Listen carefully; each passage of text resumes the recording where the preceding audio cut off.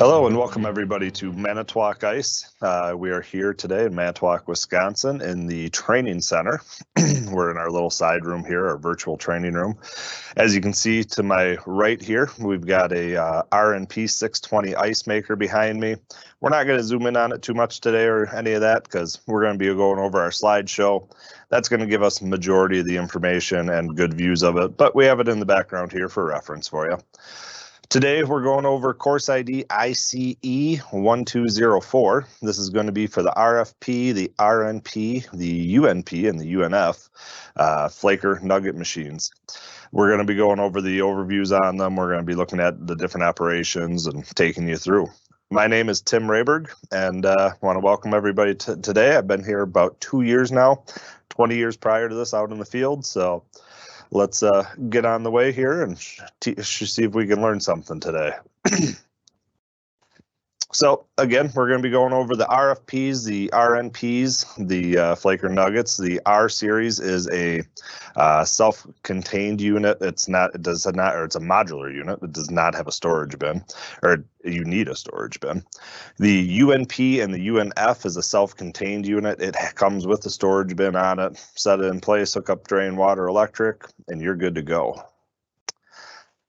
Also during today here, if you look in the top right side of your screen, we have a Q&A section. If you guys have any questions at all throughout this 30-minute broadcast, you can click that little question mark up there and be able to type in some questions. We'll get back to you as soon as we can on it. Also, at the end of the class today, we're going to have a little quiz that you guys are more than welcome to take. We encourage you to take it. What we'll do is when you fill it out, go through it all, submit it. It's going to ask your email address, your name, all that. That way we can email you a certification of completance.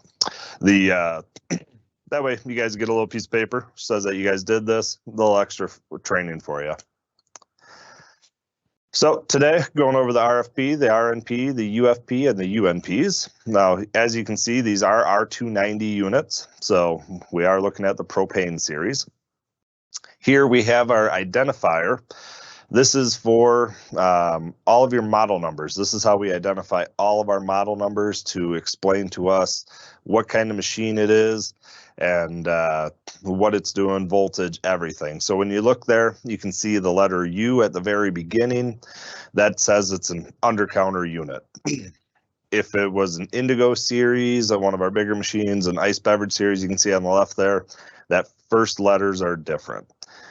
The second letter tells us what the cube size is. So in this instance today, we're doing Flakers and Nuggets, so the letter F and the letter N. If we were using cubers, we'd have our half dice, which is a Y, full dice or regular dice, which is a D, and regular, which is R, which is our bigger cube. Next to that, we have our refrigerant type. So you can see here, UFP, we're running P for propane, which is R290. If we're running R404A, that's the letter F. If we're running R410A, that's the letter T. Next to that, we've got our ice machine series. So you'll see the 0200, that's the approximate capacity that this machine is going to make in a 24-hour period. Then we have our letter A, that stands for air cooled. You'll see today that we can do air or water, but mainly air cooled on all these guys. Actually, I believe all these are air cooled today. If we had a water cooled, it is a W. If it is a remote, it could be a C, it could be an N. And then on the end, we have our numbers, which everybody may think, it doesn't mean anything, but they do. The 161 tells us that it's 115 volt, single phase, 60 hertz. And if it was a 261, that's 208, 230 volt, 60 hertz, single phase.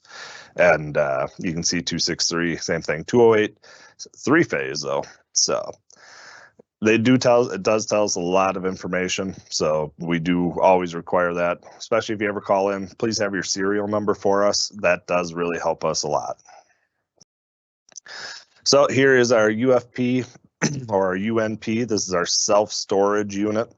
Self-storage means that it has the ice hopper, the ice storage bin, built in all in one unit.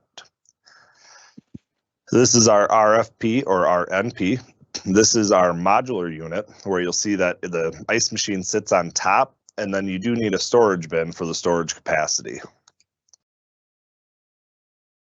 Here we have some installation specifications. So you can see our air temperature must be a minimum of 50 degrees. We do not want to be any colder than that. We could have some issues with freeze ups. Our maximum air temp is 110 degrees entering the condenser. We don't want to be too hot, otherwise we're going to struggle to make ice. It's going to be too hot to make the ice in there. Then we've got our water temperature. We should at least be above 37 degrees. Again, we don't want to be too cold, and no warmer than 90 degrees. That's going to really beat up our production levels if we're running too warm of water and too warm of air. We need to at least have 20 psi of water pressure, but we cannot have more than 80 psi of water pressure. Otherwise, you could see some issues inside the machine. For some more installation specifications here, we need to have clearance of at least 8 inches on the top and the side, or top of the machine. The back of the machine needs to have 5 inches of clearance, which normally you're going to have when you're doing your drains and everything. You'll see that you got to have the room for the drain back there. We require an 18-inch vent stack on the drain there, so that way the drain can freely and flow easily. Also, cannot be on a GFCI or outlet. We do have some issues with the compressors when they start up on those, so please make sure it's on a dedicated circuit, non-GFCI outlet. And then, of course, before you guys start the machines, always clean and sanitize the machine. We don't know how long it's been sitting for, so it's always good practice to clean and sanitize, give a nice, clean, sanitized product to the customer. Water inlets, we need 3/8 water lines to the machines with shut-off valves. And then, of course, the drain in the floor for the ice machine to drain into. When cleaning the machines, we do not use regular nickel safe ice machine cleaner. We do need to use metal safe. It is a stainless steel barrel, and but we want to make sure that we use the metal safe ice machine cleaner and follow the cleaning instructions on how to clean the machine. So in the first section here, we went over the model numbers on how important and useful that model number truly is to us. Went over our UFPs and our UNPs on how they are a self-storage unit. They do not need a storage bin. It's all in one. Easy hookup, and you're ready to go. The RFP, the RNP, that is our modular unit, like the machine behind me to the right. Need to have a storage bin and the ice maker. Our installation specifications that you guys can go over, make sure that you got enough room in the space, make sure the machine can breathe proper, drain, electric, and that way the machine's going to work good for you. And then, of course, the ice machine cleaner. Next, we're going to be going over the sequence of operations, and so that way we all kind of know how these little guys work. So here we've got the UNP 200 and the UNP 300. Once we turn the machine into the ice making position, there's a little toggle switch on that front there. You can see on the lower right side underneath the Manitowoc logo, there's a little hole there. That is our toggle switch for the on and off. That's basically all that we need to be able to gain access to, and we're just turning the machine on. We do have a float valve that controls the water level. Excuse me. And then we have a bin thermostat inside that controls the level of the ice, so it's never going to overflow. It's always going to shut itself off. And then once that ice melts down or you use that ice, the machine's going to start back up. Now, it is normal for these machines to make a little squealing noise. We are pushing the frozen water essentially up out of the barrel through the extruder head, so you will hear some squealing. That is perfectly normal on these machines. So again, right there's our on and off switch right in the front cover, the little hole there for it. Here's our electrical breakdown of the machine. This is our electrical diagram and how everything's going to work. We're going to go through the operations of what gets powered up and how it operates. So first we flip the on off switch, we turn the switch on. We're going to send power over to our bin thermostat. As long as our bin thermostat is satisfied, saying, hey, yep, bin's low, let's make some ice. We're going to check our evaporator low temperature switch. If our evap froze up or anything along those lines, of course, we do not want to try to run the auger. So as long as the evaporator is good, clear, then we can go ahead. send our power on. Excuse me. And when we send our power on, we're going to hit our water level switch and also our low level safety switch. With our water level switch, is if the water level in the reservoir is low, then we're going to add water. So number 6 on the bottom there, that's our water inlet valve. We're going to fill the water back up to our level satisfied in our water reservoir. Once that's satisfied, number 17 there, our water level switch, that's going to open.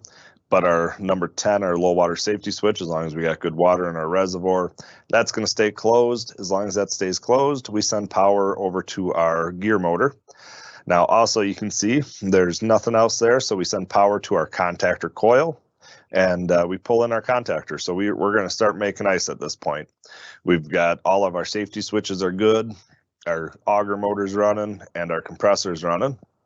So now we've got over on the far right here, this is our fan cycle control. This so as our head pressure rises and lowers, we're going to cycle that fan to try to maintain a decent head pressure on the machine. Here you can see the breakdown, all the wire diagram with all the identified parts on the right hand side. Now this is also in your service manual book, your tech book. It's also available online on manitowocice.com. You can download all of our technicians' handbooks online. Here we've got, we're going to go over the Flaker sequence of operations. You're going to see everything's very similar to the Nugget machine.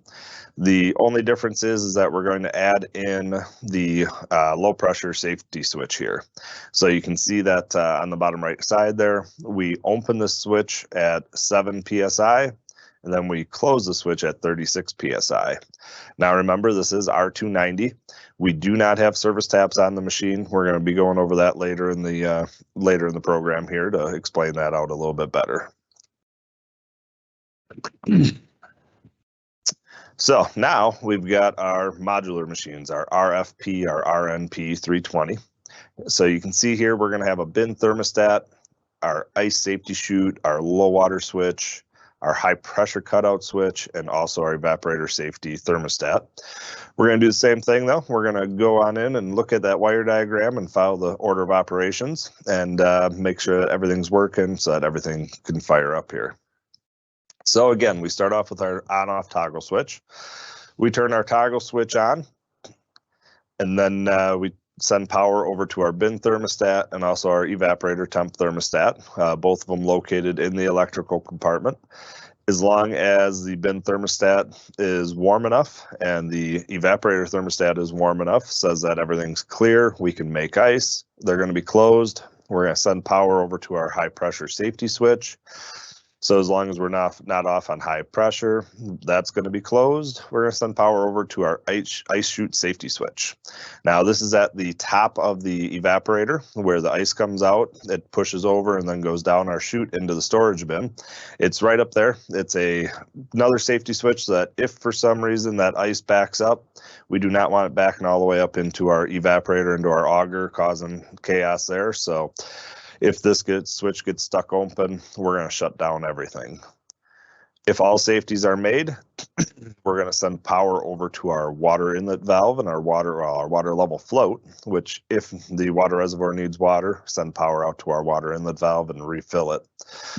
Once that satisfies, the number 17 water float will open up and kill power to our water inlet valve. As long as we got good water in our water reservoir, we're going to send power through our low water safety switch. Now we send power to our auger motor. And now you'll see here we've got a delay timer. What this is an 8-minute time delay. So this is to not turn on the compressor right away, let the auger run through the evaporator and make sure that our evaporator is good and clear and that we can start making ice. So you'll see here, there's 2 black wires with a little white connection on the end with nothing connected to it. This is a bypass. So this is for us as technicians that if we're working in there that we don't want to wait this 8 minutes. We know the evaporator's clear. We're trying to figure out what's going on with the system. We can bypass this. Now, make sure that this is only bypassed while you are there. Do not leave this bypassed when you leave. This is also line voltage, so be cautious if you do it. You can turn the machine off, hook up your jumper, turn the machine back on, or just be very cautious. It is line voltage. Once the timer is made, the 8-minute timer is made, or you do the bypass, we're going to send power to our contactor coil or relay coil and close our relays to turn on our compressor, which in turn will send power to our fan cycle switch. When our pressure is high enough, turns the fan on. And then when the pressure gets low enough, it's going to turn the fan off. Here's our wire diagram with all of the components. Again, this is available in your Service Tech's handbook or online. Now we got the RNP 620 or the RFP 620. You'll see here that a lot of the safety switches are the same, but we're going to add in a rotation sensor. So we're going to go over and explain the rotation sensor out to you guys here. So same thing, we're going to start up, turn on our toggle switch, head over to our bin thermostat, over to our low pressure safety switch. As long as that's satisfied, then we go to our high pressure cutout, to our ice chute safety switch on top. As long as all of our safeties are made, then we look at our low level water, and we could fill up our reservoir if needed at this point off of our water level, our water level switch itself in the float. As long as all safeties are made, low water satisfied, now we're going to send power over to our gear motor. And also at this time, you'll see that we're going to send power to our rotation sensor. The rotation sensor, this is going to be a very key part when you call into us in the factory here. The rotation sensor has a light on it. It's going to help you, it's going to help us knowing more of what that light means. Now, sometimes this rotation sensor is kind of tucked in the back on the left-hand side. So sometimes you do got to look for it. But when you find it, it's going to help us know what's going on, help you know what's going on. So you'll see here the yellow blinking light. If it's a yellow blinking light, that tells us that we are in time delay mode. If we're in this time delay mode, then what this is going to tell us is that all of our safety switches are made, our gear motor's running. We're just counting down the time to start up our compressor just so that our evaporator's clear, make sure everything's good there. We're not going to have any freeze up issues. Once the light goes solid yellow, well, before that, the speed sensor here, it's going to ignore the speed for 8 minutes, and actually 8 minutes and 20 seconds. It's not going to look at the speed. So that's going to be for the time delay. Once we get out of that 8 minutes and 20 seconds, we're going to be looking at that auger speed. Ideally, we want to run 9 to 10 RPMs per minute. And you'll see here that we're allowed a pretty good range. We need to be faster than 4 RPMs, but slower than 13 RPMs. If we are out of that spec range at all, we're going to shut the machine off, and you're going to see that that red light's going to be blinking fast. It's going to blink 2 flashes per second. So it is, excuse me, it is a pretty quick flash. If this happens more than 8 times, or if this happens 8 times in a row consecutively, what it's going to do then is it's going to actually shut the machine down and do a solid red light on it, saying that it's locked out on an error code, and it's for its own protection. So again, 9 to 10 revolutions is what we're looking for. Sometimes if you believe it is, you count the revolutions, but it's still going off on that. Maybe pull out the rotation sensor, make sure that the end of the sensor is clean so that it can count. If it can't see and count, it's not going to know what's going on. So we also get a slow flash. We get 1 flash every 2 seconds. So if we get the slow flash, this is telling us that we possibly have an electrical issue. You'll see here that we do run the power for the rotation sensor through the contactor coil. So if our coil resistance is out of spec, our rotation sensor can have an issue. So you'll see on the bottom, excuse me, bottom right side of the screen there, the contactor coil. If you pull off all the wires off the coil itself, so the A1, A2 terminal, you're going to see that on a 208, 230 volt coil, we need to be between 425 and 445 ohms of resistance. On a 110 to 120 volt coil, we need to be 140 to 160. And then on a clear contact or clear relay, 135 to 145, and on a mini contactor, 120 to 145. Again, if we are out of that specification, we can see the slow flash, one flash every 2 seconds. So on here, when you see the yellow light flashing, that tells us we're in our time delay. If you go up to a machine and it's been more than 8 minutes and it's in a time delay, if you kind of hear the auger maybe stop and restart, we need to be checking our safety switches. We need to make sure that one of our safety switches is not intermittently opening, weak contact, loose wire, anything along those lines that could be making that 8-minute timer restart. If we're flashing red, we need to see, are we fast flashing or slow flashing? If we're fast, we need to check our rotation. We need to make sure that we are spinning to the proper speeds. If we're not, let's check our voltage, let's check our run capacitor on the auger motor and see why are we not spinning to the speeds. Make sure our rotation sensor is clean, that it can count. If slow flash, we have let's double check our electrical, see what's going on with our contactor coil. Again, we can bypass that 8-minute timer. So if you've got a suspected refrigeration issue, something along those lines, you don't want to stand there for 8 minutes and play on your phone, you can bypass it. Same thing, 2 black wires with that white plug on there. It's line voltage, but does get rid of our 8-minute time delay. Excuse me. In our book, you can see that we do have a electrical flow chart here. This is a very good flow chart. When you call us in the factory here, majority of us are grabbing our book and going through this flow chart with you. They're very detailed, very well put out. If you follow through it, 99% of the time, you're going to find that issue by running through this chart. Very helpful, very easy to follow, and again, available in your tech book and online for download. To go back over everything there, we have 2 different sensors on there. Our UFPs and UNPs do not have any time delays. They fire up the gear motor and the compressor at the same time. But on our larger units, our RFP, RNP, the 320s, they have that time delay relay on there, the 8-minute timer. And then we have our rotation sensor on the larger machines. The 2 different types of them are, of course, your self-storage and your modular unit. And then the 3 variations are the no delay to the electronic delay to the rotation sensor. Then we went over the troubleshooting a little bit there, the wire diagrams, how to follow the order of operations to see exactly what's going on in that system. Next here, we're going to be talking a little bit about the refrigeration. We're not going to go too terribly in depth on it, but you can see here, this is our undercounter, our UNP and UFP. They are capillary tube, so the metering device is a capillary tube. You can see that, we start at the compressor, we're pumping the gas over to the condenser. When in the condenser, we're going to turn that gas into liquid, over to our filter dryer, through our liquid filter dryer, into our capillary tube, which is going to meter into our evaporator.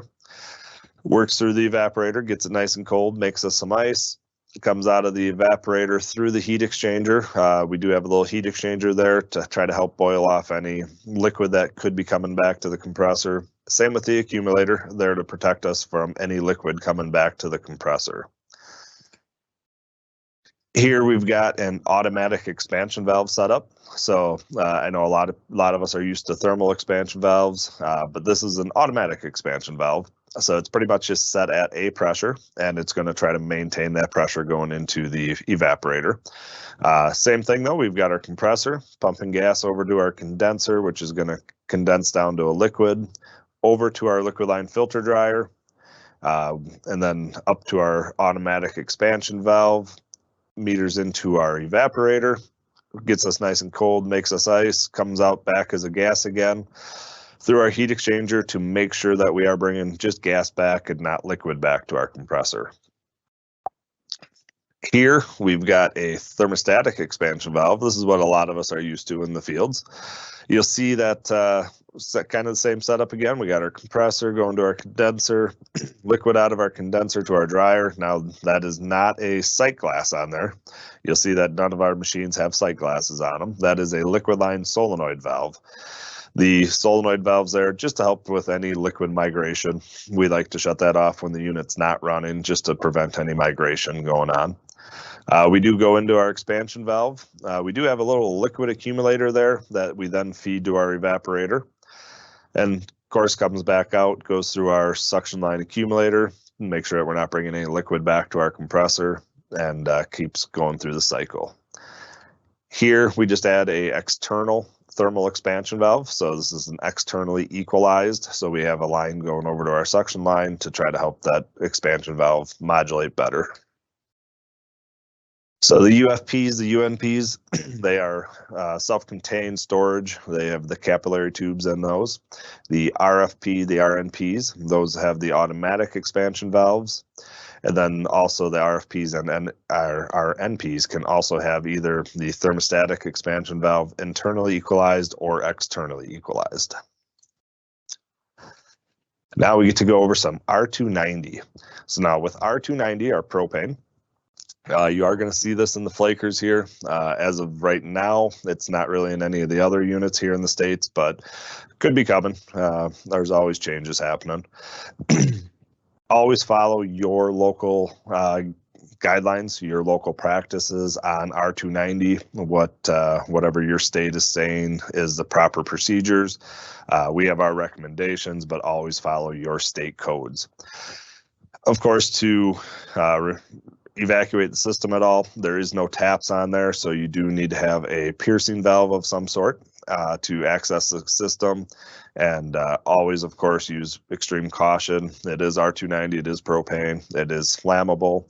I know here in Wisconsin, they always recommended bringing the units outside, but again, follow your local guidelines on how to recover the system. And of course, we cannot leave the piercing valves in the system. But tapping into the system here, you can see a couple different ways to do it. You've got, you could always use pinch off tools. You could use the piercing tool there. There's a few different styles. Of course, just good refrigeration practice. Anytime you're working on these, if you have to open up the system, get all the recover all the charge out. If you need to braze or solder in the system, purge the system with nitrogen just to make sure you get all the R290 out to prevent any damage to yourself or to the equipment. Before you charge the system back up, pull a good 500 micron vacuum. We always recommend at least for 20 minutes just to make sure the system's good and pure. And then when you're done, remove any access ports that you had in there. You do need to pinch the lines back off and remove any access ports. Here you can see the Locrine Tool. If you do have this, this is approved for R290 use only. So you can use this on the R290 machines. It's just another way to seal the lines and gain access. So as normal refrigeration practices go, we do want to always follow all the good refrigeration practices we're all used to, with pulling to a good vacuum. If you get any non-condensables in the system, it's going to act the same. It's not going to want to compress. It's going to give you high head pressure and just all sorts of issues in there. Whenever you're removing anything out of the system, if you got to replace the TXV, the AEV, anything like that, always cut the line out. The worst thing you'd want to do is start unsoldering something and all of a sudden find a little blockage or a little burp of gas there and get a nice little fireball. But not recommended. So always cut it out. Always make sure that the system's good and clear. Purge it with nitrogen, and that way you're safe there. Also, if you're working on the machine with it powered up and you're tapping into the system, make sure it's grounded. Make sure you got a good ground on there. Again, we don't want any sparks to cause any issues there. So R290, just like charging with regular refrigerant, but you can charge this as a vapor or a liquid. If you do charge it as a vapor, It's going to take a while. As we're all well aware, the charging with liquid is always a lot quicker, and that way you're not sitting there trying to get all the vapor out of the system. Always, use the scale. Charge is very critical on these. They are critically charged units. You do want to try to be as close to the nameplate as you possibly can be. So we went over R290. It's always good practice to have a nice leak detector for those. They do have very nice combustible leak detectors that work very well on these machines. I think they actually work a little better than some of the HFC ones out there. Always when you braze these systems, make sure that you get all the charge out, cut everything out, purge it with nitrogen. Always be safe with these guns. Looking for leaks, you can also use soap bubbles. Pressurize the system with nitrogen, bubble it, however you guys can need to do to find leaks in the system. For the quicker charging time, of course, use liquid, but it is acceptable to use vapor. And if you look on charts, you'll see that the R290 is pretty similar to R22 for the PT chart, but always use R290 where needed. Here is a little piece of paper, or a little part of the service book that's very helpful. Now you're going to see that when you look in the back of these tech books that we do not have pressure ratings, we just have temperature ratings because the systems are not easily accessible by gauges. So what we want to do is take temperature readings, and with taking the temperature readings, it's going to help us diagnose what's going on there. We've got our chart of where we should be approximately for temperature ranges, and then you can go to the diagnostics chart to see if you are low temperature on the discharge line and the suction line. You're possibly looking at low on refrigerant or possibly a restriction in the system, but that's going to really help us diagnose what's going on in the system there. So we went over the operations of the machine there with the freeze. There is no harvest in these systems because they are always just pushing ice out the top, down the chute into their storage bin. The R290 operations, safety precautions, how to remove, how to safely work on the system, vacuum, recharge, and then a little bit of the troubleshooting there. So I'd like to thank everybody for joining us today. On the screen here, and also you can go to our website, manitowocice.com. We do have a videos section on there. We also have a YouTube channel that we have a lot of information on there, and also in our training section, there's a lot of information on how to there's a bunch of little tech tip videos out there now, little 3 to 5 minute videos, kind of show you some stuff, how to test ice thickness probes, how to do some other things. Check it out. Very informational, very helpful. So please check that out when you can. Thank you for attending today. With this, I'm going to leave this on the screen here for you guys for a little bit. There is a link that should be in the comments on here that you can click if you want to go fill out the little quiz. If not, take a picture of the QR code. It's going to take you over to that, and with that, it's not a pass-fail test by any means. Go ahead, go through the test, fill it out to the best of your abilities. Send in your information. It's going to send you back the certification of completance. And I hope that today helped you out, and hope that we all learned something today. And again, appreciate you guys taking the time out of the day. Thank you. Have a good day.